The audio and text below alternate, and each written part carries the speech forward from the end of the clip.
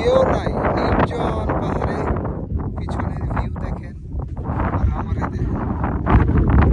শরীরের কষ্ট, ক্লান্তি, মানসিক অশান্তি পুরাইতে আসছি। লাস্ট একটা মাস খুব বেশি হেডেক খাইতেছি।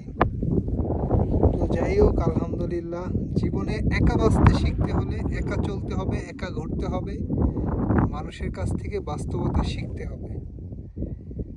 তা না হলে ডিফারেন্ট কিছু করা যাবে না লাইফে। Never give up guys, never give up.